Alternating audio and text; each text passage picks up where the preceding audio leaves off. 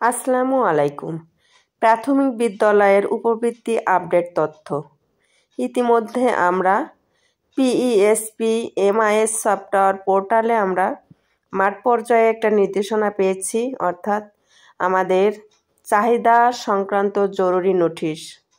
প্রাথমিক বিদ্যালয়ের উপবৃত্তি সংক্রান্ত যে নির্দেশনা আছে, অর্থাৎ 17 নভেম্বর 2024 তারিখ হতে একই সাথে সারা দেশের 8টি বিভাগের সংশ্লিষ্ট ইউজারগণের জন্য চাহিদার মডিউল অপশন সংযুক্ত আছে এবং এই চাহিদা প্রস্তুত, সংরক্ষণ ও ক্লাস্টারে প্রেরণ, যাচাই বাছাই এবং অনুমোদন অপশন সমূহ চালু আছে।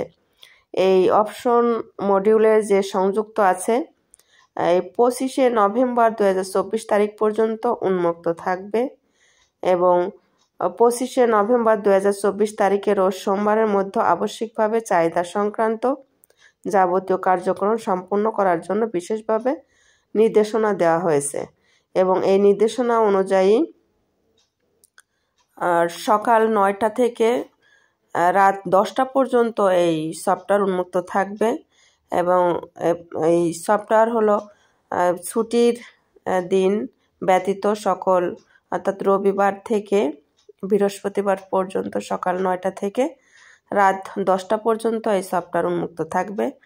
এই সংক্রান্ত আমাদের মাঠ পর্যায়ে নির্দেশনা আছে এবং এই মাঠ পর্যায়ে আরও অনেক সমস্যার সম্মুখীন হয়েছে, যেটা আছে চাহিদা প্রস্তুত করতে অনেকে চাহিদার তাদের নাম পাওয়া যাচ্ছে না। যে সকল শিক্ষার্থীর চাহিদা অপশনে ডাটা প্রদর্শন না করা সংক্রান্ত যে সমস্যাগুলো, সেই সমস্যাগুলো ইতিমধ্যে আমাদের মাঠ পর্যায় থেকে যে সমস্যাগুলো আমরা পেয়েছি সে সংক্রান্ত আমাদের যে নির্দেশনা আসছে, অর্থাৎ 24/11/2024 তারিখের মধ্যে যাদের সমস্যা এবং চাহিদায় যাদের অপশনের নাম পাওয়া যাচ্ছে না, এত তারিখের মধ্যে তাদের এই যে বিভাগ এবং জেলা সিলেক্ট করে আর প্রয়োজনে ইতিমধ্যে ওয়ার্ড ফাইলে যারা পাঠিয়েছেন তাদের আর দরকার নাই এবং সে সংক্রান্ত তথ্যগুলো নিজের এই গুগল লিঙ্কের মাধ্যমে এটা পূরণ করে আমাদের আইবাসে পাঠাতে হবে। উপবৃত্তি বিভাগে এই লিঙ্কের মাধ্যমে আমাদেরকে পাঠানোর নির্দেশনা দেওয়া হয়েছে।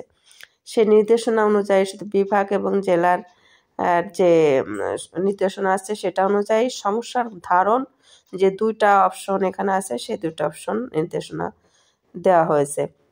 আর যে সকল সমস্যা আমাদের ইতিমধ্যে আছে, যেমন বিদ্যালয় এবং ক্লাস্টার ইউজারের পাসওয়ার্ড পরিবর্তনের ক্ষেত্রে, এই ইউজারের পাসওয়ার্ড পরিবর্তনের ক্ষেত্রে অনেকের সমস্যা চিহ্নিত করে সেটা সমাধান করতে পারছে না। এই সকল সমস্যার সমাধানের ক্ষেত্রে আমাদের মাঠ পর্যায়ে বিদ্যালয় ক্লাস্টার ইউজার পাসওয়ার্ড রিসেট করার ক্ষেত্রে আমাদের সর্বপ্রথম ইও অর্থাৎ টিও মহোদয়ের আইডি থেকে বিদ্যালয় এবং ক্লাস্টারে আগে পাসওয়ার্ড বিদ্যালয় ইউজার ম্যানেজমেন্ট অপশনে যেতে হবে।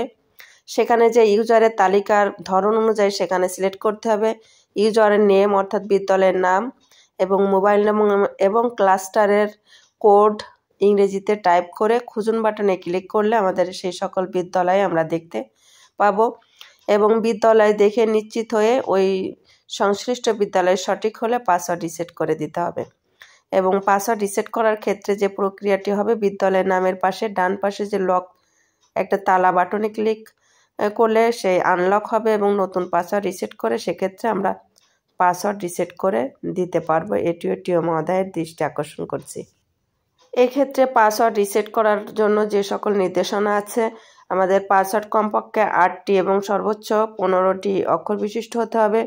বড় অক্ষরে ক্যাপিটালের এ থেকে জেড এবং স্মল অক্ষরের এ থেকে জেডের যে কোনো একটা লেটারের এখানে দিতে হবে।